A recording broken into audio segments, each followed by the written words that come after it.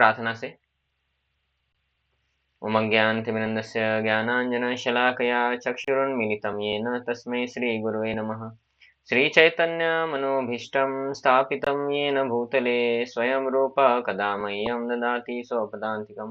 वन्दे अहं श्रीगुरो श्रीयुतपदकमलं श्रीगुरून् वैष्णवांश्च श्रीरूपं सागरजातं सहगण रघुनाथान्वितं तं सजीवं साद्वैतं सावधूतं परिजनसहितं कृष्णचैतन्यदेवं श्रीराधाकृष्णपादान् सहगण ललिता श्रीविशाखान्वितां च नमा ॐ विष्णुपादाय कृष्णपृष्ठाय भूतले श्रीमते भक्तिवेदान्त स्वामिनिति नामिने। नमस्ते सारस्वते देवे गौरवाणी प्रचारिणे निर्विशेष शून्यवादी पाश्चात्यदेशतारिणे। नमो महावदन्याय कृष्णप्रेमप्रदायते कृष्णाय कृष्णचैतन्य नामिने गौरतुषे नमः। हे कृष्ण करुणा सिंधु दीनबंधु जगतपते गोपेश गोपिका कांत राधा कांत नमोस्तुते। तप्त कांचन गौरांगी राधे वृंदावनेश्वरी वृषभानुसुते देवी प्रणमामि हरिप्रिये। वाञ्छाकल्पतरुभ्यश्च कृपा सिन्धुभ्येव च पतितानां पावनेभ्यो वैष्णवेभ्यो नमो नमः। जय श्री कृष्ण चैतन्य प्रभु नित्यानंद श्री अद्वैत गदाधर श्रीवासादि गौर भक्तवृंद। हरे कृष्णा कृष्णा कृष्णा हरे हरे हरे राम राम राम हरे हरे। मूकं करोति वाचालं पंगुं लंघयते गिरिं यत्कृपातमहं वन्दे श्रीगुरुदीनतारिणम्। हरे कृष्ण। हरे तो धन्यवाद, आप सभी ने समय पे ज्वाइन किया। तो अभी आज जो हमारा सत्र है उसमें हम भगवद गीता के 9वें अध्याय को आगे बढ़ा रहे हैं। हमारे अभी तक 14 नंबर श्लोक हो गया था। तो जो 14 नंबर का श्लोक है उसका एक बार मैं फिर से आपको दिखा देता हूँ कि हमने क्या लिया था। तो वो श्लोक था कि कोई लोग बोलते कि कितना माला करना है ना। तो उसके लिए वो श्लोक था, है ना। तो आपको समझ में आएगा कैसा है वो श्लोक है। तो कुछ लोग बोलते कि इतना क्यों माला करना है, 2 घंटे जब, है ना। तो हम तो भी कम ही दे रहे हैं। भगवान ने क्या बोला है उसके बारे में ही है। भगवान बोलते सततम कीर्तयन्तम, 24 घंटे माला ही करो बोलते भगवान, है ना। तो हम तो भी बोलते भाई एटलीस्ट 2 घंटे करो, लेकिन कुछ लोगों को वो भी लगता है कि इस्कॉन वाले कुछ भी करते, 2 घंटा जब कुछ भी, है ना। तो भगवान के स्टैंडर्ड को हमने तो भी कम ही कर दिया है, 24 घंटा किधर और 2 घंटा किधर। भगवान का स्टैंडर्ड है सततम कीर्तयन्तु माम, है ना। यतन तच्च दृढ़ व्रता। लोग बोलते इतना अच्छे से भक्ति क्यों करना है, दृढ़ता से क्यों भक्ति करना है, ऐसे थोड़ा थोड़ा भक्ति किया करो, पिक्चर देखा करो, नॉनवेज खाया करो, है ना। तो इधर भगवान बोल रहे दृढ़ता से भक्ति करो। चाय कॉफी भी नहीं पीना है ना, लहसुन प्याज भी नहीं पीना है, खाना नहीं है। तो ये दृढ़ता भक्ति, इसलिए हम ये सब व्रत करते हैं। हमारा व्रत क्या है, भक्ति, लेकिन दृढ़ता के साथ। दूसरा है नमस्तंश्च माम भक्त्या अनित्ययुक्त उपासते, और भगवान को नमस्कार करना है और नित्य युक्त, कभी कभी नहीं है। नित्य मीन्स सदैव, है ना। नित्य युक्त मतलब सदैव भगवान की भक्ति करना है। ऐसा नहीं कि भाई जन्माष्टमी में उपवास रखने का और कभी कोई बड़ा एकादशी आ गया तो उपवास रखने का हो गया, भक्ति यही है, कृष्ण का भक्त है हम। तो इसको नहीं बोलते भगवान की भक्ति, है ना। तो भगवान ने इधर स्टैंडर्ड बताया है। भगवद गीता हमारा एक लॉ बुक है कि जीवन में क्या नियम पालन करना है। तो ये है, हमें भगवान की भक्ति रोज करनी है। तो ये श्लोक हमने लिया था। इसका अनुवाद इस प्रकार से है कि ये महात्मा मेरी महिमा का नित्य कीर्तन करते हुए, है ना, हमेशा भगवान का कीर्तन करते हैं, मतलब हमेशा नाम जप करते हैं या भगवान की सेवा भी हमेशा करते हैं। और दृढ़ संकल्प के साथ, वीक मतलब वीक संकल्प मतलब ढीला वाला संकल्प के साथ नहीं करते। दृढ़ संकल्प, ये टूटेगा नहीं। जैसे हमने एक दृढ़ संकल्प लिया है कि रोज हम खाएंगे, है ना, ये हमारा दृढ़ संकल्प है। एकादशी के दिन भी हम बोलते नहीं हम खाएंगे, हम एकादशी नहीं करेंगे। तो दृढ़ संकल्प लेना है, रोज भक्ति करना है करके, रोज माला करना है। और कितना माला करना है, तो एटलीस्ट 2 घंटा, है ना। प्रयास करते हुए, मुझे नमस्कार करते हुए भक्ति भाव से मेरी निरंतर पूजा करते हैं। तो निरंतर मतलब हर रोज या 24 घंटा, और उसमें भी 7 दिन। ऐसा नहीं कि एकादशी के दिन हो गया भाई, या जन्माष्टमी के दिन। आगे का श्लोक है 22 नंबर का श्लोक, तो उसको देखते हैं हम। अभी इसमें हम इंपॉर्टेंट श्लोक ही ले रहे हैं। तो इस देखिए, इसको भी हम थोड़ा देखते हैं। ये भी श्लोक थोड़ा इंपॉर्टेंट है। पिता अहम अस्य जगतो, माता दाता पितामह, वेदम पवित्र ओमकारम, रुक्वा साम यजुर्वेद च। तो इसका अनुवाद क्या है? वो बोलते पिता हम, मैं ही पिता बोलते हैं, है ना। मैं इस ब्रह्मांड का पिता, माता और आश्रय देने वाला पितामह हूँ। तो ये भी बहुत सारे लोग बोलते हैं अरे माता पिता का भक्ति छोड़ के, है ना। कोई लोग बोलते, अब ये माता पिता का लोगों को पता नहीं इसलिए उनको समझ में नहीं आता है। तो ठीक है, माता पिता का करना चाहिए, ऐसा नहीं कि माता पिता को छोड़ना चाहिए। लेकिन सबसे ऊपर कौन से माता पिता है? हर जन्म में हमारे जन्म देने वाले भगवान कृष्ण पूरे ब्रह्मांड के माता पिता है। तो फिर उसकी नहीं करनी है क्या? हमारे माता पिता का करना है, और भगवान जो हर जन्म में माता पिता है उनका नहीं करना है क्या? ये माता पिता का तो भक्ति, ये माता पिता का तो इस जन्म में भी सेवा नहीं करते हम, है ना। बहुत सारे लोग बोलते कि अरे आ, वो ब्रह्मचारी बन जाएंगे कुछ लोग तो माता पिता को कैसे संभालेंगे, है ना। तो फिर जॉब करने वाले लोग माता पिता को कैसे संभाल रहे हैं? जॉब करने वाले पति पत्नी बेटा अलग जगह रहते हैं, माता पिता अलग जगह रहते हैं, है ना, ऐसे रहते हैं ना बल्कि। या हर एक का बेटा जॉब करता है और माता पिता के साथ ही रहता है, माता पिता को संभालता है? नहीं है, है ना। तो जो लोग भक्ति नहीं करते उनके लिए है कि तुम एटलीस्ट माता पिता का तो सेवा करो, क्योंकि लोग माता पिता का भी नहीं करते। पैसा देना माता पिता की सेवा है, ऐसा है क्या? कि भाई हमारा बेटा जॉब करता है, हालांकि हमें जरूरत नहीं, लेकिन हमारा बेटा हमें पैसा तो देता है, जब मांगे तब, मतलब माता पिता की सेवा हो गया? नहीं, सेवा मतलब हृदय से होता है ना। तो माता पिता को बहुत बार माता पिता को जरूरत भी नहीं रहती, और बेटा अपना अपना ही जॉब करके अपने बेटा बेटी को ही संभालता है और बीवी को संभालता है, लेकिन उसमें वो लोग खुश रहते हैं। और वही बेटा अगर ब्रह्मचारी बन गए तो उनको लगता है अरे ये हमको नहीं संभालेंगे आगे जाके, अरे शादी करके भी नहीं संभालने वाला है वो। शादी करने के बाद उसका प्रेम तो बढ़ जाएगा, बेबी के साथ हो जाएगा, बेटे के साथ हो जाएगा। जो ब्रह्मचारी रहेगा उसका प्रेम नहीं होता है ज्यादा, उसका माता पिता के साथ प्रेम बना है क्योंकि उसका बीवी नहीं है, बच्चा नहीं है। तो हर जन्म में जो माता पिता है वो है भगवान, इस ब्रह्मांड की हर एक के माता पिता है। तो हर एक के माता पिता है, इसका अर्थ एक और हम ले सकते हैं कि ये हिंदू के माता पिता हो गए या ब्रह्मांड में सभी लोग हैं, हिंदू मुस्लिम सिख ईसाई और कुत्ता बिल्ली पशु पक्षी, है ना। जिसको हम खाते हैं, हम मतलब अभी हम भक्त बन गए तो हम नहीं खाते, लेकिन लोग खाते हैं, मुर्गा मुर्गी मच्छी, है ना, बकरी, उसके भी माता पिता भगवान है। तो हमारे माता पिता भगवान है, और जिनको हम खाते हैं नॉनवेज पक बना के, उसके माता पिता भगवान है। तो हम अगर कुछ उनको तकलीफ देंगे तो भगवान बदला नहीं लेंगे क्या, है ना। तो और अगर हम हिंदू समझ के मुस्लिम को मारेंगे, मुस्लिम समझ के हिंदू को मारेंगे तो भी भगवान खुश नहीं होंगे। और जो लोग कृष्ण कृष्ण स्वयं बोल रहे मैं हूं सबका पिता, जो लोग भगवान को भगवान नहीं मानते कि ये भाई हमारा भगवान नहीं है, तो वो तो मूर्ख ही है फिर, है ना। तो इधर प्रूव कर रहे भगवान की मैं भगवान हूँ। क्यों? क्योंकि मैं इस ब्रह्मांड का माता पिता और आश्रय प्रदाता हूँ। और बोलते भी है ना, बहुत सारे आरतियों की बात बोलते हैं, गणपति की आरती के बाद, देवी की आरती के बाद, शंकर जी की आरती के बाद। हालांकि गणपति की आरती करते हैं या शंकर जी की आरती करते हैं या देवी की आरती बोलते हैं, लेकिन बोलते तमेव माता पिता तमेव, वो गणपति को देवी को नहीं बोलते, हम बोलते अच्युतम कृष्ण, है ना। कृष्ण को ही बोलते हम कि भाई तमेव माता पिता तमेव तमेव बंधु सखा तमेव तमेव विद्या द्रविणम तमेव, है ना, ऐसा बोलते हैं ना आगे। तो वो भगवान कृष्ण को बोल रहे हैं। हालांकि शंकर पार्वती कृष्ण और गणपति की पूजा करेंगे, लेकिन वो माता पिता नहीं है। ये प्रूव करने के लिए आरती में भी हम गाते कि अच्युतम केशवम, यही माता पिता है।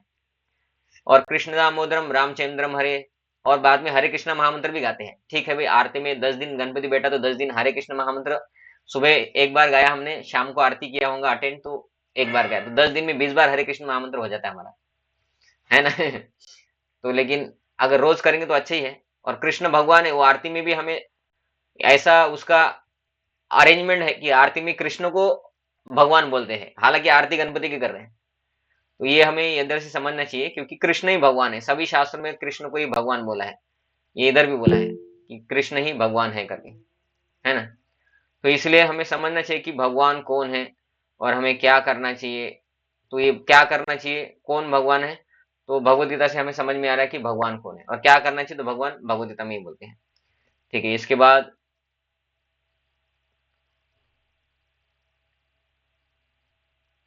देखिए इसमें भी बोल रहे मैं ही लक्ष्य, कि जीवन का लक्ष्य क्या है, पैसे कमाना, सुंदर स्त्री से शादी करना, बहुत पैसे वाले व्यक्ति के साथ शादी करना स्त्रियों के लिए नहीं। वो बोलते जीवन का लक्ष्य क्या है, भगवान कृष्ण बोलते मैं ही जीवन का लक्ष्य हूँ, है ना। ये कौन सा श्लोक है? 18 नंबर, 9वें अध्याय का 18 नंबर। 9 दूनी 18, 9वें अध्याय का 18 नंबर, ऐसा आप याद रख सकते हैं। गतिर्भर्ता प्रभु साक्षी निवासम शरणम श्रुत प्रभव प्रलय स्थानम निवादम बीजमम्यम। तो बोल रहे कि मैं ही कौन हूं, लक्ष्य हूं। जीवन का लक्ष्य किसको बनाना है? तो जीवन का लक्ष्य पैसे कमाना नहीं है, जीवन का लक्ष्य है कृष्ण। भगवान ही पालन करता है। कोई बोलेंगे अरे माता पिता पालन कर रहे हैं, हम जॉब पे जाते पैसा देती कंपनी तो कंपनी पालन कर रहा है, गवर्नमेंट अभी हिंदू का गवर्नमेंट है मोदी, वो पालन कर रहा है हमारा, है ना। कोई बोलेगा नहीं कांग्रेस का गवर्नमेंट में पालन अच्छा होता था, नहीं, पालन करता भगवान है, स्वामी, है ना, सभी के स्वामी भगवान है।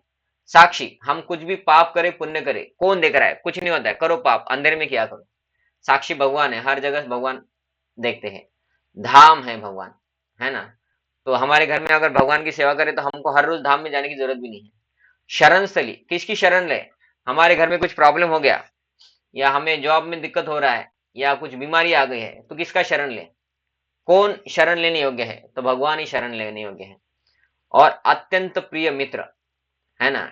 अगर हमें कोरोना हो गया और हमारे दोस्त को बोलेंगे कि भाई लॉकडाउन लगा है, मेरे को कोरोना हो रहा है, छाती में बहुत जलन हो रहा है, गला में सांस अटक रहा है, मुझे कृपया तुम आ जाओ और गाड़ी में भर के लेके जाओ हॉस्पिटल में किसी पास वाले, और थोड़ा पैसा भी भर देना, मेरे पास पैसा भी कम है।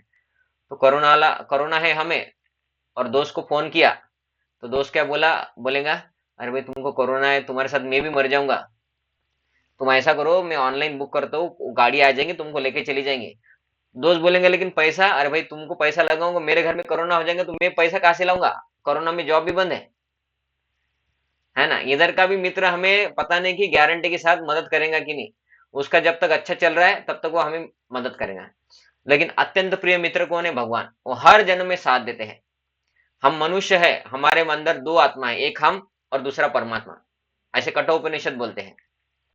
और ऐसा ओरिजिनल भी है, ऐसा नहीं कि नहीं है, क्योंकि हम जो भी करते हैं हमारे अंदर जो इच्छा होती है, तो अच्छी इच्छाएं परमात्मा देते हैं, बुरी इच्छाएं हमारे मन से आ रहे हैं। तो हृदय में भगवान भी है हमारे।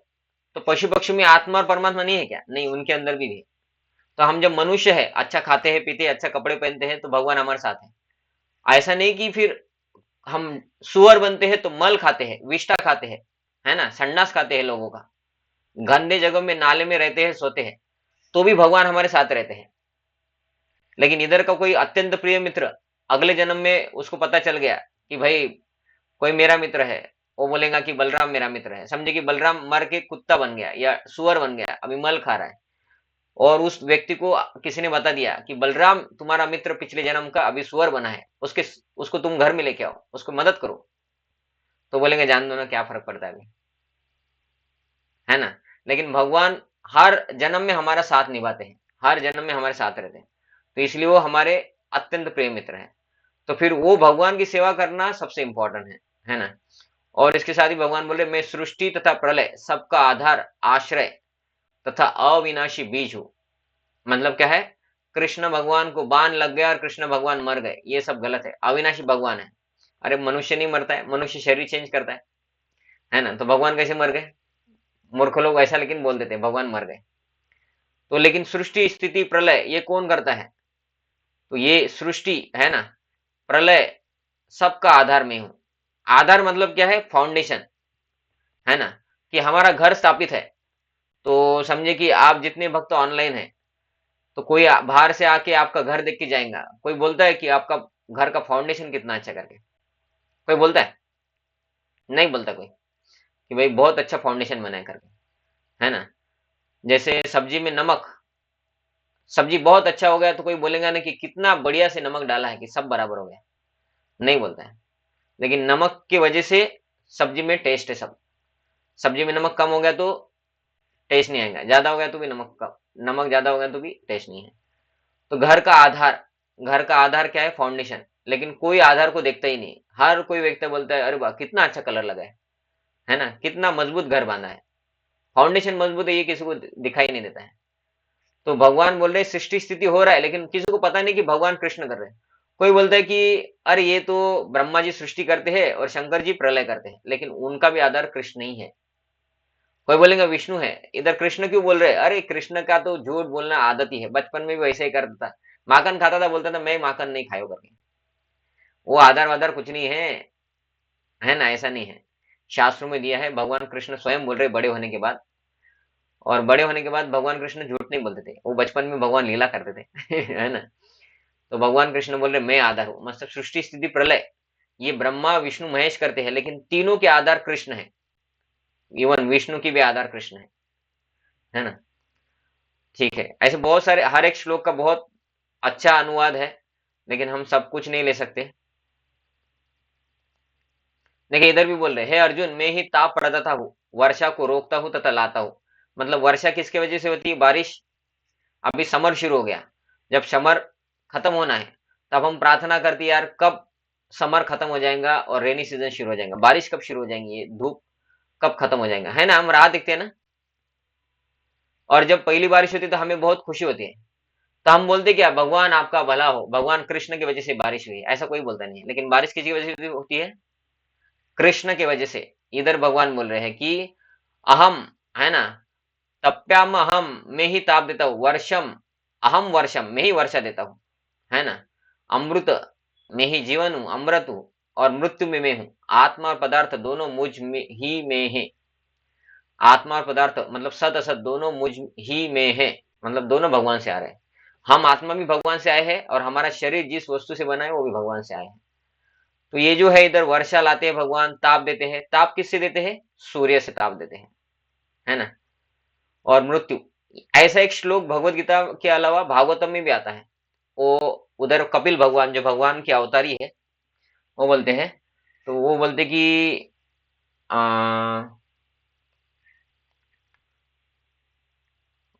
सूर्य, सूर्य का तेज मैं हूँ, या सूर्य का ताप जो आ रहा है वो मुझे भय से आ रहा है। तो उसके लिए बोलते हैं तो वातो हम मत भयात अतिवा सूर्य तो यम, सूर्य तपति मद भयात। सूर्यस्तप्ति मत भयात, वर्षति इंद्र, दहतिरग्नि, मृत्यु चरति मत भयात। तो सूर्य ताप दे रहा है ना, हवा बह रही है, पानी आ रहा है, मृत्यु भी अपने आप सबको आ रहा है। कोई प्लान नहीं करता है कि भाई हमको इस दिन मरना है, हम प्लान करते कि मरना ही नहीं है, लेकिन मृत्यु आता ही है।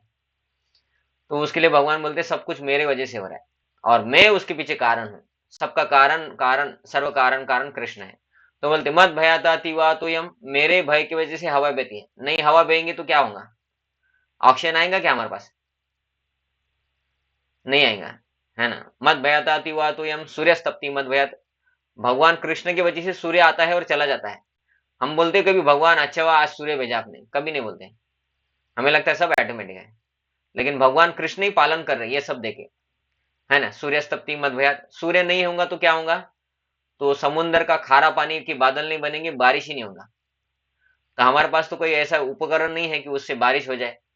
हम क्या करते हैं, सूर्य तपता है, बादल हो जाते, उसके ऊपर थोड़ा केमिकल फवारते, तो थोड़ा बहुत कभी कभी कृत्रिम, है ना, वर्षा कर देते हैं, केमिकल बारिश।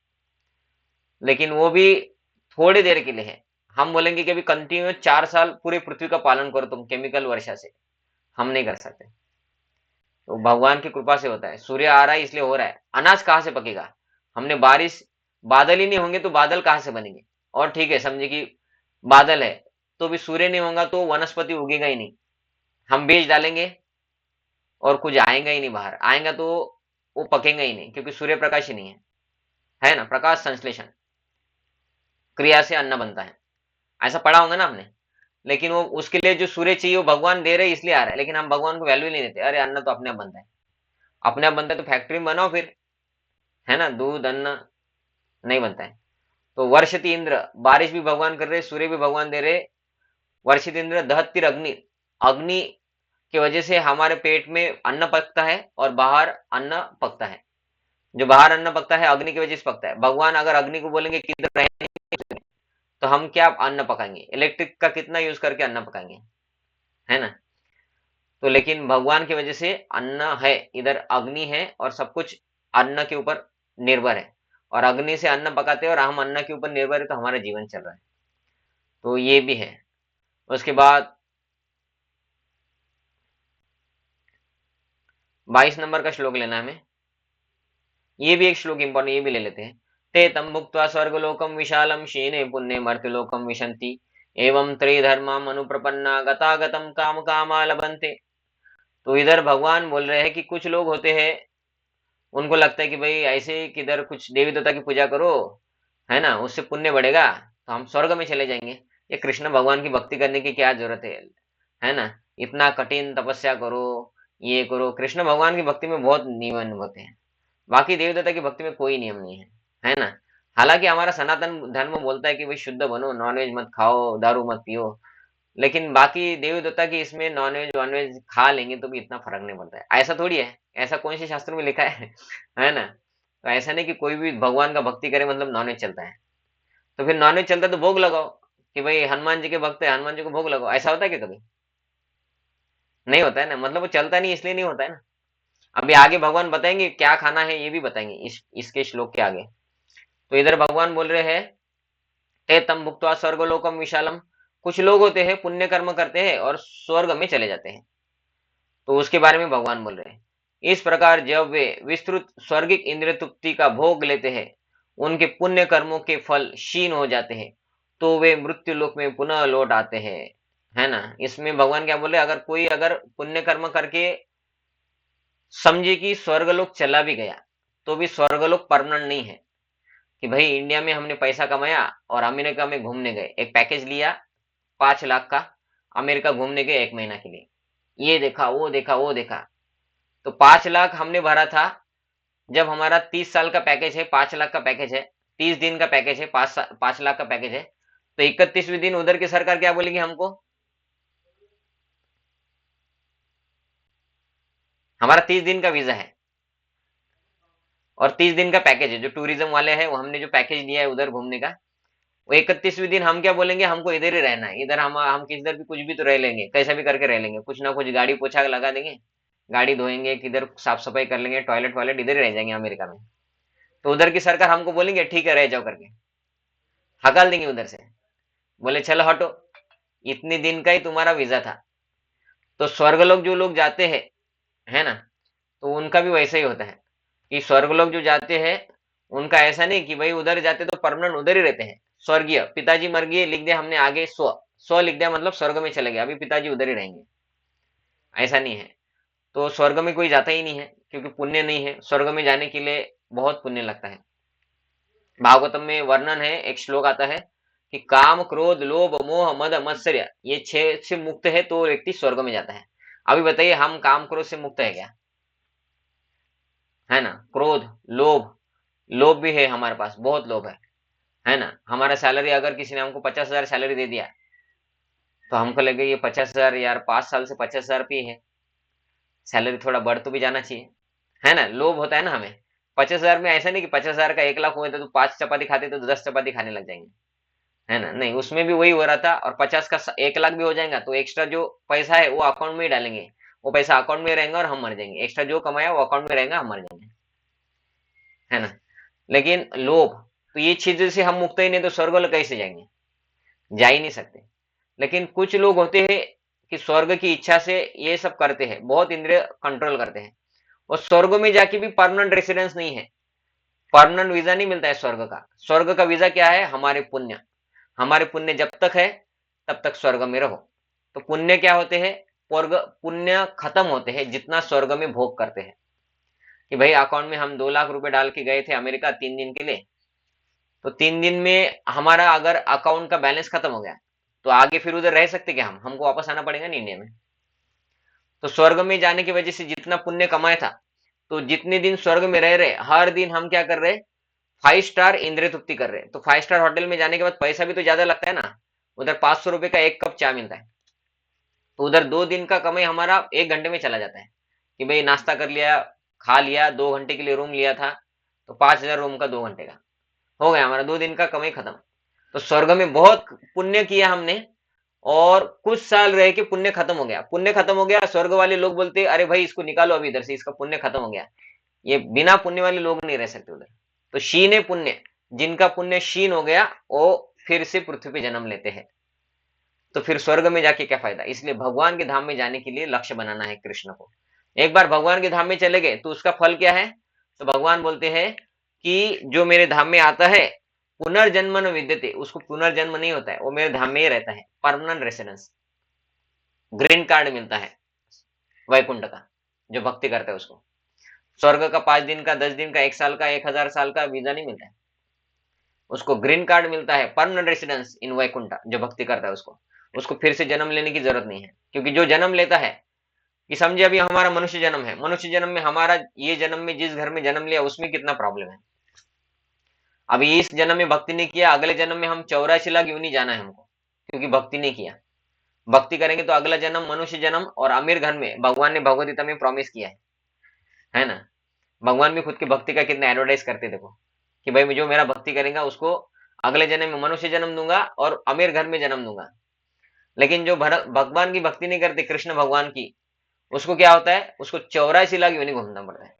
अभी मनुष्य जन्म में हमारे पास इतना सब कुछ है ना। 3 महीने का रिचार्ज है, टीवी में भी रिचार्ज है, गाड़ी में पेट्रोल है, गाड़ी है, सब है, घर है, पति है, पत्नी है, बच्चे है, पैसा है, जिधर घूमना है उधर जा सकते हैं, जो खाना है खा सकते हैं। 5 चपाती 4 चपाती तो 4 चपाती, 10 चपाती तो 10, कभी पिज्जा भी खा सकते हैं, इतना पैसा है हमारे पास। अभी पशु यूनि में चले गए हम, खाने के लाले हो गए, रहने का टेंशन है ना। लोग पत्थर मार मार के भगाते हैं। किसी सोसाइटी में घुस गए तो लोग नॉनवेज खिलाते हैं, पॉइजन डाल के मार देते हैं, कि भाई सोसाइटी में कहाँ से कुत्ता आ गया बाहर का, हमारे सोसाइटी में बस हमारे कुत्ते रहेंगे बेल्ट वाले, है ना। तो इतना कठिन संघर्ष रहता है बाकी 84 लाख यूनि में। और हमें लगता है कि क्या प्रॉब्लम है, क्यों भक्ति करना है ना। तो ये तो एक हो गया।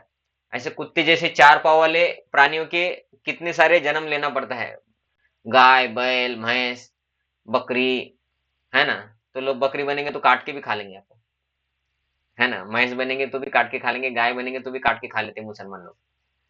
और पशु पक्षी, क्या पक्षी बनेंगे तो इतने धूप में उधर एसी नहीं, कुछ नहीं, घरटे में रहना पड़ता है ना। नेस्ट, बारिश आता है तो अंडे मर जाते हैं, पक्षी भी मर जाते हैं, लोग भी पत्थर मार मार के पक्षियों को मार देते हैं कभी कभी।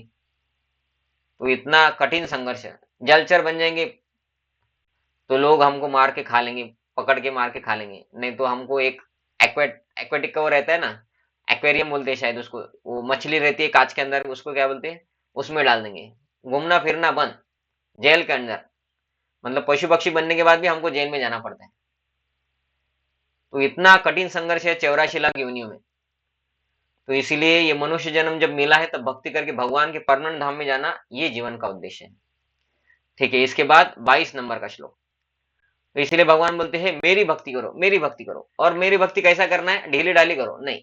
भगवान इधर बताते हैं कि भक्ति करना मतलब एग्जैक्टली क्या होता है। क्योंकि ढीली भारी भक्ति करेंगे तो फायदा तो नहीं होता है। कि भाई हमारा एडमिशन हो गया एक स्कूल में, कौन से स्कूल में, पोद्दार इंटरनेशनल या पीबीएस, पब्लिक नहीं, डीपीएस, दिल्ली पब्लिक स्कूल, है ना। बड़े बड़े स्कूल है नहीं। तो दिल्ली पब्लिक स्कूल में एडमिशन हो गया, पोद्दार इंटरनेशनल में एडमिशन हो गया, और हम अभी ढीला ढाला पढ़ाई करेंगे।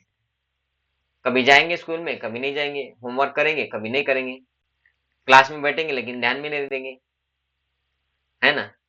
और एग्जाम आएंगे लेकिन पढ़ाई भी नहीं करेंगे। तो पास होंगे, हमको जॉब लगेगा क्योंकि हम पब्लिक, दिल्ली पब्लिक स्कूल में है या पोद्दार इंटरनेशनल स्कूल में है। तो हमने एडमिशन लिया है, इसलिए हम 10वीं के बाद हमको आईआईटी में एडमिशन मिलेगा और हमको जॉब लगने वाला है, 1 लाख रुपए का सैलरी मिलने वाला है बिना पढ़े के। ऐसा नहीं होता है।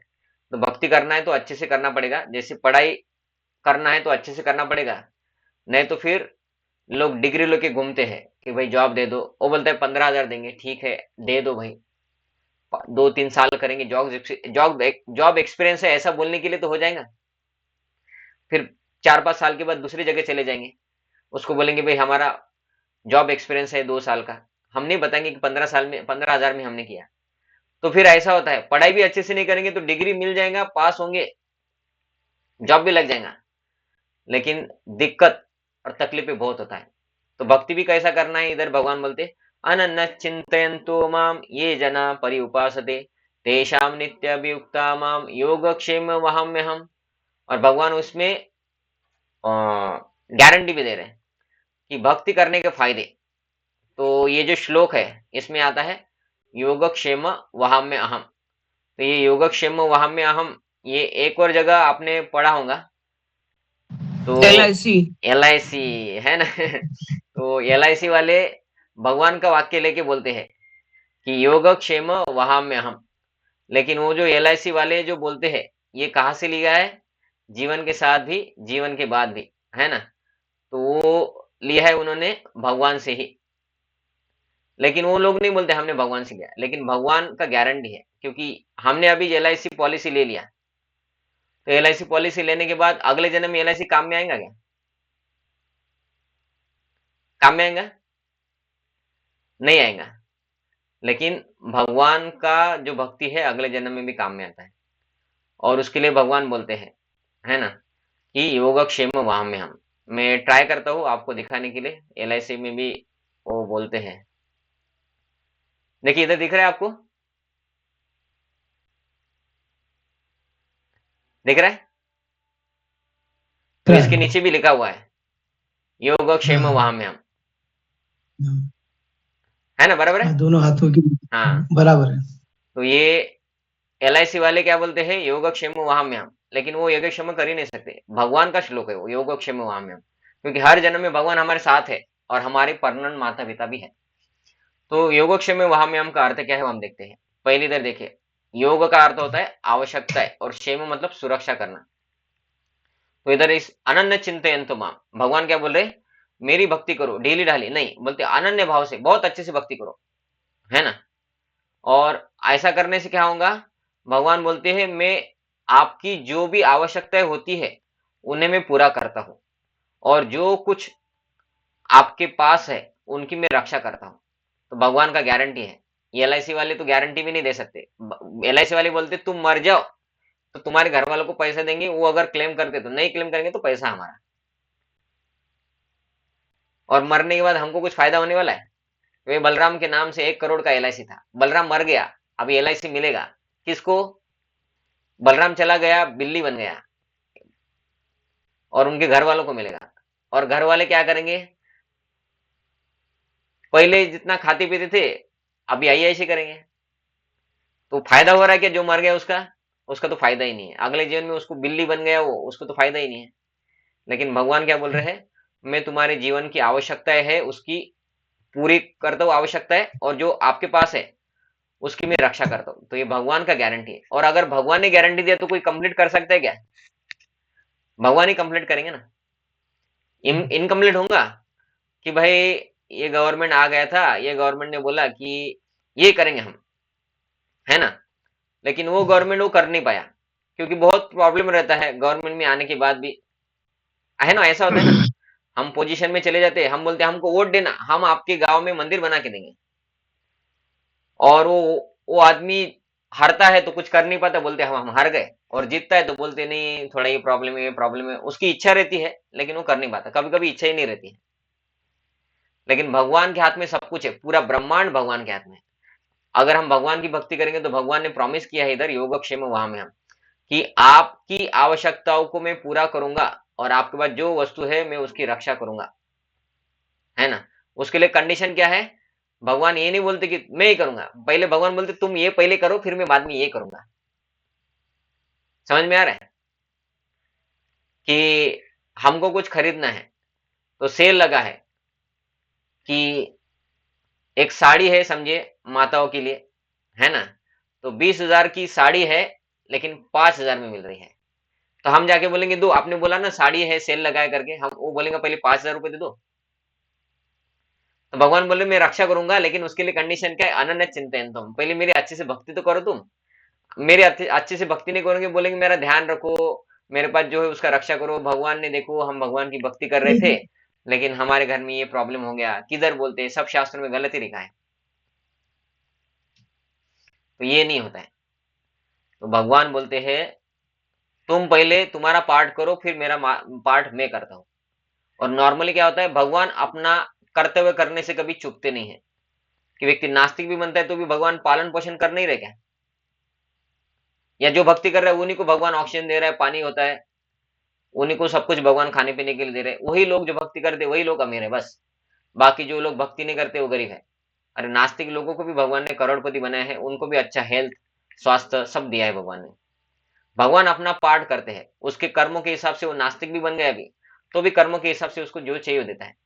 और वो आस्तिक भी होगा लेकिन कर्म के हिसाब से अगर उसने पाप किया है तो उसको तकलीफ देंगे भगवान। अपना भगवान कर्म बराबर करते हैं, करते हुए बराबर करते हैं, पार्शियलिटी नहीं करते। लेकिन भगवान भक्तों के लिए एक स्पेशल ऑफर लेके आते हैं कि भाई बाकी लोगों के लिए क्या है, 20,000 का साड़ी 20,000 में दूंगा, भक्तों के लिए 5,000 में दे दूंगा मैं, है ना। तो ये भगवान का ऑफर किसकी वजह से है, क्योंकि वो भक्त तो भगवान का अनन्य भाव से भक्ति करते हैं। तो इसमें भगवान ने तो बोल दिया, लेकिन प्रभुपाद जी इसमें तात्पर्य लिखते हैं, बहुत छोटा तात्पर्य है, इसको पूरा पढ़ लेते हैं हम। तो ये जो तात्पर्य होते हैं, ऐसे तात्पर्य बाकी पुस्तक में आपको मिलेंगे नहीं कि एकदम भगवान ने इसमें ऐसा ही क्यों बोला, ये समझेगा नहीं। लेकिन प्रभुपाद जी के पुस्तक स्पेशल है, ऐसा भगवान ने क्या बोला और क्यों बोला और इसका अर्थ क्या है, प्रभुपाद जी पूरा बताते हैं। तो इसलिए बोलते हैं इसको शिल प्रभुपाद जी के तात्पर्य, जो इस्कॉन के प्रभुपाद जी के बुक्स में पाया जाता है। तो प्रभुपाद जी इसमें लिखते हैं कि जो एक क्षण भी कृष्ण भावनामृत के बिना नहीं रह सकता, वह 24 घंटे कृष्ण का चिंतन करता और श्रवण कीर्तन स्मरण पाद सेवनम अर्चनम वंदनम दास्यम साख्यम आत्मनिवेदन के द्वारा भगवान के चरण कमलों की सेवा में रत रहता है। तो वो क्या बोल रहे हैं कि जो एक क्षण भी कृष्ण भावनामृत के बिना नहीं रह सकता, वो क्या करेगा, 24 घंटे भक्ति करेगा। अभी 24 घंटे भक्ति करना कैसा कर सकते हैं 24 घंटा भक्ति, तो नवविधा भक्ति, श्रवणम कीर्तनम विष्णु स्मरणम पाद सेवनम अर्चनम वंदनम दास्यम साख्यम आत्मनिवेदनम, ये 9 प्रकार का भक्ति। क्योंकि 24 घंटा हमको बोले कि भाई तुम 24 घंटा भक्ति करो, तो कोई बोलेगा ठीक है 24 घंटा हम भक्ति करते हैं, हम जॉब पे जाते हैं, हो गया भक्ति। नहीं, तुमको भगवान का नाम लेना है, 24 घंटा भगवान का नाम कैसे लेंगे हम, पॉसिबल है क्या, नहीं है।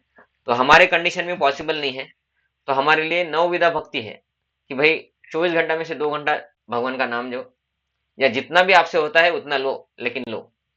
उसके अलावा कुछ समय मिलता है तो श्रवण करो, भगवान के बारे में कथा सुनो। गुरुवार को 8 बजे प्रवचन होता है वो सुनो, रविवार को 1:30 बजे होता है वो सुनो। इसके अलावा मंदिर में रोज सुबह 8 बजे होता है वो सुनो, और रविवार को मंदिर में, हर दिन मंदिर में सुबह 8 बजे होता है प्रवचन, 8 से 9, शाम को होता है 7 से 8, और रविवार को भी 7 से 8 होता है, वो सुनो। तो ये हो गया सुनना। कीर्तन, भगवान का कीर्तन चलता है अलग अलग मंदिरों में या इस्कॉन के मंदिरों में, वो कीर्तन में पार्ट लो, घर में भी कीर्तन कर सकते हैं। श्रवणम कीर्तनम विष्णु, विष्णु मतलब कृष्ण विष्णु। अर्चनम, भगवान की अर्चना करो, पूजा करो, थोड़ा बहुत पूजा, उनको भोग लगाओ, ऐसा फोटो रख के। ऐसा नहीं कि पूजा करो मतलब 2 घंटा पूजा कर लिया हमने, नहीं, कलयुग के लिए पूजा बोला नहीं है, कलयुग के लिए नाम जप बोला है, 2 घंटा नाम जप। तो ये सब अलग अलग प्रकार की भगवान की सेवा होती है। पाद सेवनम मतलब क्या होता है, भगवान की सेवा करो अलग अलग, जैसे कि हम डायरेक्ट भगवान को भोग लगा सकते हैं, भगवान को नहला सकते हैं, ये सेवा हो गया। कोई भगवान के लिए कुकिंग कर सकता है, कोई भगवान का प्रचार कर सकता है, कोई भगवदगीता बांट सकता है, कोई हार बना सकता है, कोई साफ सफाई कर सकता है मंदिर की। ऐसे अलग अलग माध्यम से भगवान की सेवा कर सकते हैं। और वंदन, भगवान को प्रार्थना करना है कि मुझे पैसा दो, सुंदर स्त्री दे दो, बहुत हैंडसम पति दे दो, नहीं, ऐसा नहीं है ना। हमें प्रार्थना क्या करना है कि हे भगवान मुझे आपकी भक्ति दे दो। क्योंकि नास्तिक लोगों को भी तो मिल ही रहा है ना, सब कुछ बिना मांगे मिल रहा है। मतलब क्या है, भगवान हमारी कर्मों के हिसाब से हमें जो है वो देना ही वाले हैं, तो मांग के क्यों फायदा ये करने वाला है। मतलब क्या है कि आपने टीवी खरीदा, आपको रिमोट फ्री में मिलने वाला था, और आप क्या बोल रहे हैं, हम टीवी खरीदेंगे हमको रिमोट मिलेगा ना, हमको रिमोट मिलेगा ना, हमको वायर देंगे ना जिससे टीवी शुरू होता है। वो मूर्खपना हो गया ना फिर। अरे टीवी का रिमोट और टीवी का वायर तो फ्री में आने वाला है ना, टीवी का पैसा भरा है तो जितना हमारे नसीब में उतना तो भगवान दे ही रहे, नास्तिक को भी दे रहे। वंदनम, प्रार्थना क्या करना है, भगवान भक्ति दे दो, क्योंकि वो नसीब में नहीं है ना। भक्ति दे दो, पाप कर्म करने की वृत्ति है उस वृत्ति को नष्ट करो। काम क्रोध लोभ मोह मद मत्सर्य, इनसे हमें छुटकारा दो। क्योंकि बहुत पैसा है अकाउंट में, बीवी के भी अकाउंट में बहुत पैसा डाल के रखा है, सोना भी है घर में बहुत, खाने पीने का कोई टेंशन नहीं है, बच्चा है, बेटी है, माता पिता है, सब कुछ है। और इसके अलावा क्या है, ये काम क्रोध लोभ है, इसकी वजह से सुखी नहीं है। सब कुछ है लेकिन इसकी वजह से सुखी नहीं है। तो सुखी जीवन के लिए ये नष्ट करो भगवान हमारे अंदर की, ये प्रार्थना करना है कि हमारा काम क्रोध लोभ नष्ट करो, हमें आपकी भक्ति दो, ये प्रार्थना। प्रार्थना क्या करना है भाई, बहुत सुंदर ऐश्वर्या राय जैसी बीवी मिल जाए, है ना, नहीं, उसके लिए नहीं प्रार्थना करना है। पैसा मिल जाए, मैनेजर बनना चाहिए मैं कंपनी में, अभी तो मैं नौकर हूं, है ना, सिक्योरिटी गार्ड हूं, बहुत जल्द मैं इस कंपनी का मालिक बनना चाहिए। नहीं, ये प्रार्थना नहीं। जिसके नसीब में जो है वही मिलता है। भगवान को प्रार्थना करना है कि कुछ भी मिलने के बाद सुखी नहीं हो रहे लोग, जो मालिक है वो भी सुखी नहीं है ना। तो फिर मैं मालिक बन के क्या सुखी होने वाला हूं क्या? नहीं होने वाले। भगवान मुझे आपकी भक्ति दो, भक्ति से सुखी होंगे, फिर उसके बाद कुछ है नहीं है वो सुखी रहते। लेकिन उदाहरणार्थ तुकाराम महाराज सबसे सुखी भक्त, जितने भी भगवान के भक्त हो गए उनके पास कुछ है ना है, वो सबसे सुखी है। और भगवान उनको फिर देते हैं, उनकी आवश्यकता के हिसाब से सब कुछ दे देते हैं, है ना। तो भगवान को न मांगेंगे तो भी कर्म के हिसाब से मिलने वाला है, और भगवान को भक्ति करने की वजह से नहीं मांगेंगे तो भगवान ने प्रार्थना बोला है नहीं इसमें कि तुम्हारी आवश्यकता मैं पूरी करूंगा, तुम टेंशन मत लो, उसके लिए तुम हमें मांगने की जरूरत नहीं, भगवान अपने आप पूरा करेंगे। जैसे एक बेटा है, छोटा बच्चा है, तो ठंडी शुरू हो गया समझिए, तो स्वेटर पहनना चाहिए। तो बेटे को बोलना पड़ता है कि माँ को कि मेरे स्वेटर धो के रखो माँ, अभी ठंडी शुरू होने वाला है तो मुझे ठंडी लगेगी। नहीं करने की जरूरत, वो हर वक्त कुछ भी करना है तो माँ माँ माँ करता है, माँ के ऊपर आश्रित रहता है। तो माँ क्या करती है, वो ठंडी शुरू होने से पहले उसके स्वेटर सॉक्स जो भी है सब कुछ धो के रखती है। और ठंडी शुरू होने से पहले ही, गर्मी लगती है, बहुत ज्यादा ठंडी भी नहीं रहता तो भी बच्चे को पहनाना शुरू करती है कि भाई इसको ठंडी ना लगे। तो वैसे भगवान के ऊपर हम जब आश्रित होते हैं तो भगवान हमारी रक्षा करते ही है। सेपरेट भगवान को बोलने की जरूरत नहीं, अरे भगवान तुमको दिख नहीं रहा है क्या, मेरा पाँव दुख रहा है, मेरे पाँव का दर्द बंद कर दो, है ना। भगवान बोलेंगे बेवकूफ, तुमने पाप किया है और पाँव का दर्द वो पाप की वजह से है, तुम मेरी भक्ति करो तो पाँव में पाप नष्ट कर दूंगा ना, तुम्हारा दर्द कम कर देगा।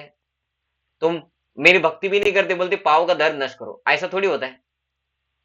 बिना पाप नष्ट हुए दर्द कैसे कम होगा, है ना।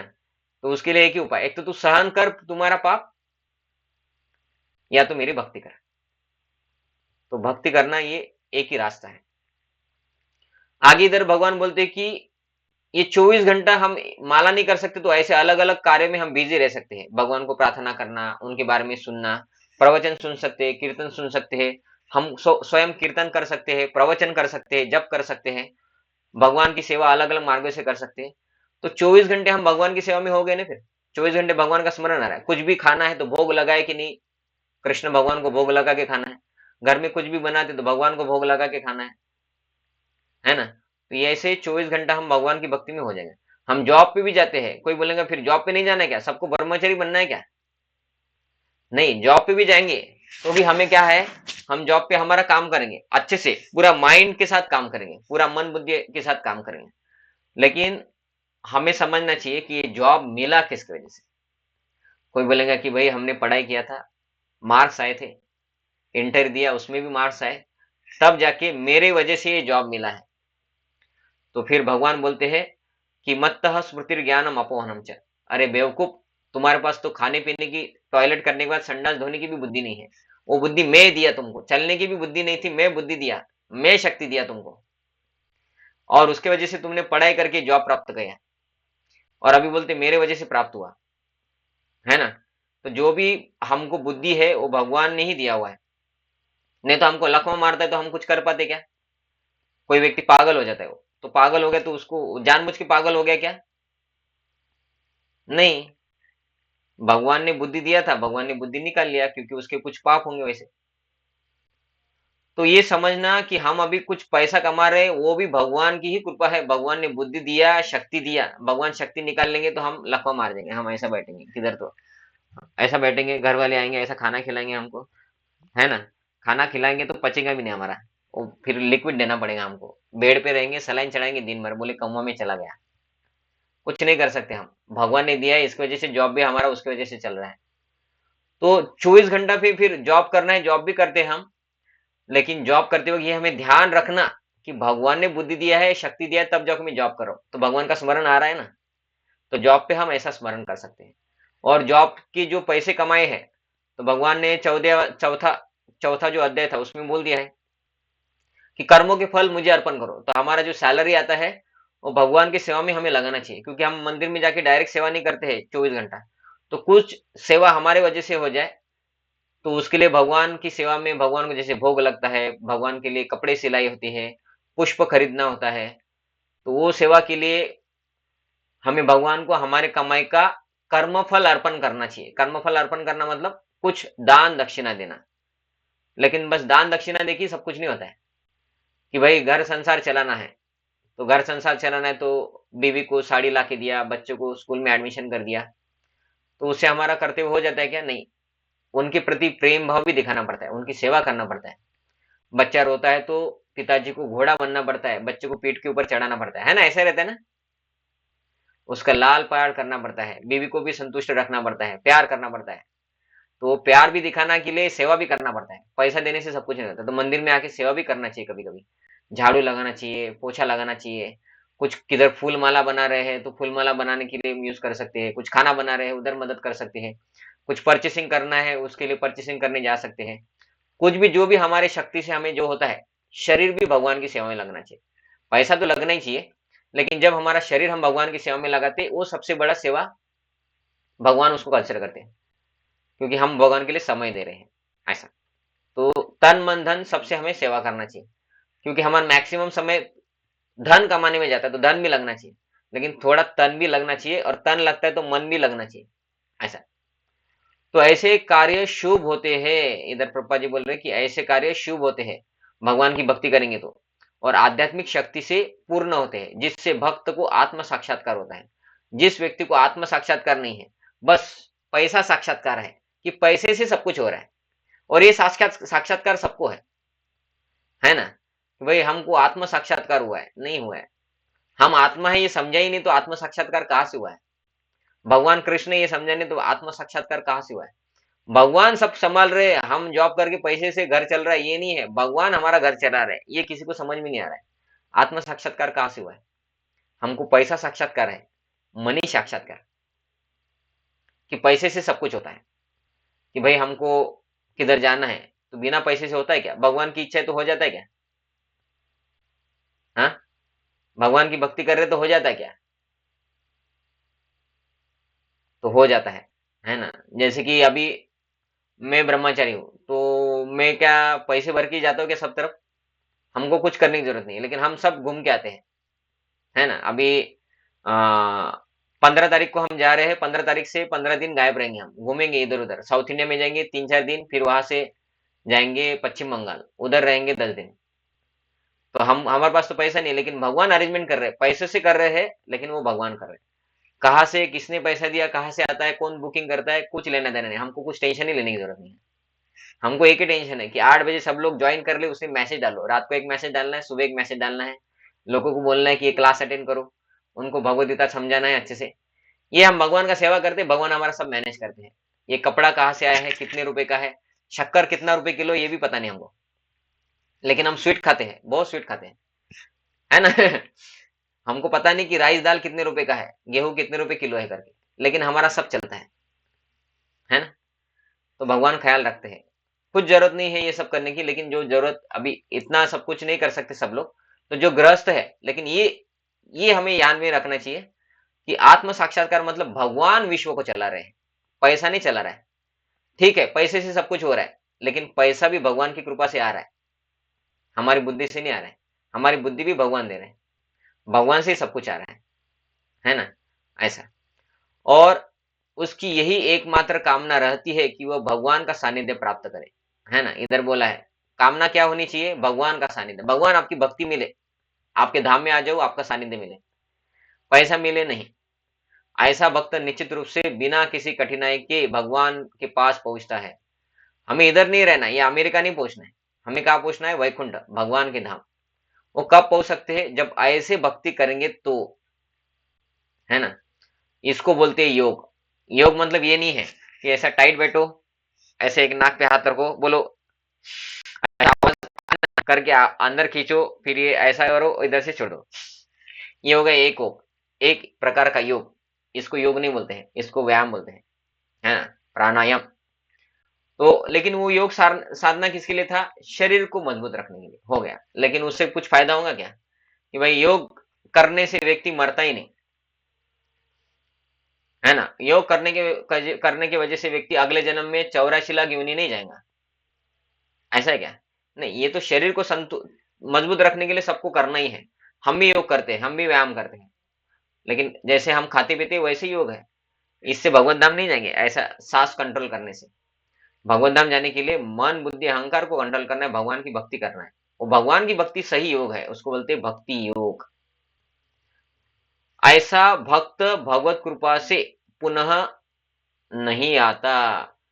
जो इधर ये श्लोक क्या बोल रहा है, जो लोग इससे पहले हमने लिया था ना, शीने पुण्य स्वर्ग लोग में भी जाते हैं, उनका भोग करते हैं, लेकिन पुण्य कर्म खत्म होने के बाद वो फिर से इधर आते हैं, उनको फिर से जन्म लेना पड़ता है। लेकिन जो भगवान की भक्ति करते हैं और भगवान के धाम जाते हैं, वह पुनः नहीं आते हैं, है ना।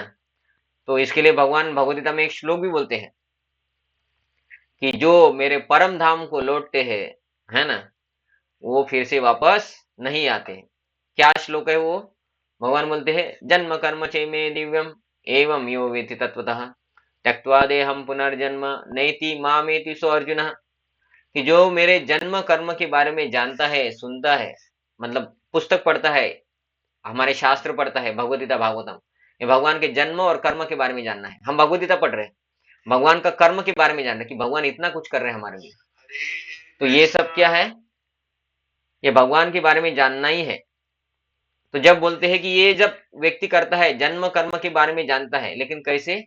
तत्वतः, तत्व के साथ। बस लीला जानना नहीं है कि भगवान ने गोपी के कपड़े चुराए, भगवान ने राक्षस को मारा, ये जानना हो गया। तत्वतः मतलब ऐसा भगवान ने क्यों किया, और वो भगवान है, इन उनको ये सब कुछ पाप वाप नहीं लगता।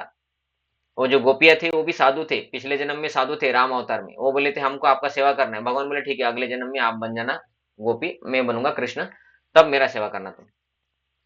तो वो साधु लोग है गोपियां। ये हो गया तत्वता समझना। जब कोई ऐसे समझता है भगवान को, तो त्यक्त्वा देहम, जब इस देह का वो त्याग करता है, मतलब मृत्यु होता है, तो पुनर्जन्म न विद्यते, है ना। उसको फिर से इस भौतिक जगत में 84 लाख योनि में घूमने की जरूरत नहीं पड़ती। इसलिए भगवान के बारे में हमें बार बार सुनना पड़ता है, जानना पड़ता है। जब हम भगवान के बारे में बार बार सुनेंगे, जानेंगे, तो ऐसे तत्वतः, तत्वतः मतलब सिद्धांत के साथ। ऐसा ही हवा में बस कुछ तो स्टोरी सुन लिया, कथा सुन लिया, हो गया। हमको पता है सब, रामायण क्या हुआ है, महाभारत क्या हुआ है, भगवान कृष्ण का भी हमें सब पता है। भगवान कृष्ण की गर्लफ्रेंड थी राधा रानी, है ना, हमें पता है सब। देखो पता है कि नहीं? ये नहीं है तत्वतः। तत्वतः मतलब भगवान ने ऐसा क्यों करे, भगवान का पागल है क्या ऐसा कर रहे करके? नहीं है, है ना। तो इसको बोलते तत्वतः जानना। तो जो भगवान कृष्ण को तत्वतः जानता है, उसको 84 लाख योनि में जाने की जरूरत नहीं, भगवान के धाम में जाता है परमानेंट। ऐसा भक्त फिर से वापस नहीं आता है। इधर क्षेम का अर्थ भगवान द्वारा कृपामय संरक्षण, मतलब भगवान संरक्षण करते हैं, भगवान की जो भक्त होते हैं उनका संरक्षण करते हैं। अभी देखिए, देवी देवता उनके भक्तों का संरक्षण नहीं करते, लेकिन भगवान ने प्रॉमिस किया कि मैं तुम्हारा रक्षण करूंगा, तुम मेरा अगर भक्त बनोगे तो। फॉर एग्जाम्पल, रावण किनके भक्त थे, बताइए आप में से? शिव जी की। शिव जी के भक्त थे, शिव जी के भक्त थे, ठीक है। तो रावण, कुंभकर्ण, ये देवी देवता के भक्त थे। शिव जी के भक्त थे रावण, और उन्हें ब्रह्मा जी को व्रत मांग के भी व्रत लिया था, ठीक है। और ऐसे ही एक और व्यक्ति है, वो है हिरण्याक्ष, हिरण्यकशिपु। वो ब्रह्मा के भक्त थे, ब्रह्मा जी को प्रसन्न करके नियरली अमर हो गया तो, है ना। अंदर ना मरू, बाहर ना मरू, इधर ना मरू, उधर ना मरू, अस्त्र से ना शस्त्र से, ना पशु ना प्राणी, ना दिन में ना रात में, है ना। तो भी वो क्या हो गया, वो 5 साल तक अमर रहा। कितने साल तक अमर रहा वो? 5 साल तक। तो उसको वो अमर हुआ क्या? नहीं हुआ। वो 5 साल के बाद भगवान ने उसकी सभी कंडीशन पूरी किए कि भाई अंदर नहीं, बाहर नहीं। भगवान इच्छा पूरी करते, बोलते ठीक है, तुम्हारी इच्छा थी कि अंदर ना मरू, बाहर ना मरू, मैं तुमको चौखट में मारूंगा। ठीक है, तुम्हारी इच्छा थी पशु ना मारे तुमको, और मनुष्य ना मारे, तो देख मेरे को, मैं पशु भी नहीं हूं और मनुष्य भी नहीं हूं, मैं हूं नरसिम्हा। ऐसा बोल के भगवान ने उसको फाड़ दिया। बोलती ये ऊपर नहीं है, नीचे नहीं, तू मेरे जंघा पे हो। ऐसा बोल के उसकी सारी इच्छाएं पूरी कर दी मरने की। मैं अंदर ना मरूं, बाहर ना मरूं, प्राणी ना मारे, ऐसा बोल के भगवान नरसिम्हा देव अवतार लेके उसकी सारी इच्छाएं पूरी कर दी। तो वो देवता का भक्त था, लेकिन भगवान ने उसको मार दिया। ऐसे सभी असुर किसी न किसी देवता के भक्त थे, और भगवान विष्णु अवतार लेके उनको मारते हैं। सभी अवतार किसके होते हैं? ब्रह्मा विष्णु महेश किसके होते हैं सभी अवतार? कृष्ण। कृष्ण के, विष्णु के। और किस लिए आते हैं? राक्षसों को मारने के लिए। विनाशाय च दुष्कृताम। तो भगवान ये देवी देवता के भक्त बन जाते हैं, बहुत पावरफुल हो जाते हैं, लेकिन भगवान कृष्ण आके उनको मारते हैं। तो देवी देवता फिर बचाते क्या उनको? देवी देवता बचाते हैं? रावण नहीं। को बचाया शिव जी ने? नहीं। हिरण्यकशिपु हिरण्याक्ष को बचाया? शिव जी का एक और भक्त थे भस्मासुर, वो शिव जी को ही मारने के लिए तुले थे, शिव जी को मारने के लिए भाग रहे थे शिव जी के पीछे। तो भगवान कृष्ण वहां पे आए और उनको मार दिया, भस्मासुर को मार दिया। बानासुर, बानासुर को भी भगवान ने ये किया था। तो ऐसे असुर जो थे मैक्सिमम देवी देवता के भक्त थे, लेकिन भगवान कृष्ण आके उनको मार दिए। लेकिन वो देवी देवता ने कभी नहीं बोला कि भाई इनको मत मारो, ये मेरा भक्त है करके। उल्टा वो बोलते थे मार दो भाई, ये बेवकूफ लोग थे, ये आपका भक्ति करने की जगह देवी देवता का भक्ति करते थे। लेकिन भगवान कृष्ण देखो वचन दे रहे हैं, मेरे भक्त को कोई नहीं मार सकता है। जैसे हिरण्याक्ष, हिरण्याक्ष ने कितना प्रयत्न कर लिया प्रहलाद को मारने के लिए, तो प्रहलाद मर गए? नहीं मरे। हिरण्याक्ष को हिरण्यकशिपु ने मारने का प्रयत्न किया, हिरण्यकशिपु को नियरली अमरता का वरदान था, अंदर नहीं बाहर नहीं ये नहीं वो नहीं सब कुछ। उसको लगा मैं अभी अमर हो गया, मुझे कोई नहीं मार सकता। उसका अमरता 5 साल तक रहा। और 5 साल का प्रहलाद महाराज जो भगवान का नाम जप करते थे, इसलिए हम बोलते हैं कि भगवान का नाम जप करना चाहिए। वो भगवान का नाम जप करते थे, उसको सभी प्रकार से मारने का प्रयत्न कर दिया हिरण्यकशिपु ने, लेकिन वो मरा ही नहीं। और उसको अमरता का वरदान भी नहीं था, तो भी वो अमर थे, है ना। हिरण्यकशिपु 5 साल में मर गया वरदान प्राप्त होने के बाद। और 5 साल का प्रहलाद महाराज जिसको मारने का प्रयत्न किया, उसने भगवान का भक्ति किया था, कुछ नहीं मांगा था, लेकिन भगवान ने उसकी रक्षा की। इसको बोलते हैं क्षेम। क्षेम का अर्थ क्या है कि भगवान प्रॉमिस कर रहे हैं कि मैं तुम्हारी रक्षा करूंगा, है ना। ऐसे ही बहुत सारे भक्त हैं भगवान के, अभी सबका कथा तो नहीं बता सकते, लेकिन आपको भी कुछ ना कुछ याद आ रहा होगा कि वो जैसे आ, एक भक्त थी मीराबाई, मीराबाई को भी मारने के लिए बहुत प्रयत्न किया गया। मीराबाई मर गई? हाँ, नहीं। है ना, विष पिलाया तो भी नहीं। नहीं मर गए। रामानुजाचार्य, मध्वाचार्य, इनको भी मारने के लिए बहुत प्रयत्न किया गया, वो मरे नहीं। रामानुजाचार्य को विष पिलाया 2 बार, नहीं मरे। जैसे आ, मीराबाई को विष पिलाया, वैसे रामानुजाचार्य को भी पिलाया 2 बार, रामानुजाचार्य नहीं मरे। भगवान गारंटी दे रहे हैं कि मैं उसकी रक्षा करूंगा। तो भगवान हमारा पाप भी नष्ट करते हैं, उस वैसे हमारी रक्षा कर रहे हैं। दूसरा, हमारे ऊपर जो संकट आते हैं उसको डिस्काउंट रेट में देते हैं कि हमारे पूरे पाप नष्ट नहीं हुए, 10% समझिए पाप है, तो 10% पाप में भी 10% ही हमको देते हैं, 90% डिस्काउंट और देते हैं भगवान, कि जितना पाप हमारा था उसको 90% भगवान ने माफ कर दिया। अभी जितना पाप है उससे हमारा गला कटने वाला है, लेकिन बस कभी कभी उंगली कट जाता है कुछ काटते वक्त, या किधर कुछ उंगली कट जाता है, तो उसमें भी भगवान रक्षा कैसे कर रहे हैं? डिस्काउंट देके। भगवान योग द्वारा पूर्णतया कृष्ण भावनामृत होने में सहायक बनते हैं, है ना। तो भगवान हमें भक्ति करने में भी सहायता करते हैं, और जब भक्त पूर्ण कृष्ण भावना भावित हो जाता है, तो भगवान उसे दुखमय बद्ध जीवन में फिर से गिरने से भी उसकी रक्षा करते हैं। मतलब क्या है, ये भौतिक जगत में हम जन्म लेंगे तो अमीर घर में भी जन्म लेंगे तो भी बहुत तकलीफ होता है। फॉर एग्जाम्पल, अभी हमारा समय तो खत्म हो गया, लेकिन एक उदाहरण बताता हूँ कि अभी अंबानी के लड़के की शादी हो गई, बहुत खर्चा किया, कितने तो भी 1,000 3,000 करोड़ कुछ तो खर्चा किया, तो इतना पैसा है उनके पास, तो उनके घर में जाके बोलो कि तुम्हारे घर में इतना सारा पैसा है तो दुख है कि नहीं है, तो दुख बना ही रहता है। वो लड़का बहुत मोटा था ना, मोटा है, उसके शरीर में बहुत सारी बीमारियां हैं, ऐसा मैंने सुना है। तो मतलब क्या है, पैसा आने से सब कुछ सही हो जाता है क्या? नहीं है। तो ये जीवन क्या है? ये जीवन है दुखमय, है ना। लेकिन कृष्ण भावनामृत बनने से इधर जन्म ही नहीं मिलेगा। तो जन्म ही नहीं मिलेगा तो दुखमय संसार में जन्म नहीं मिलेगा, तो क्या होगा?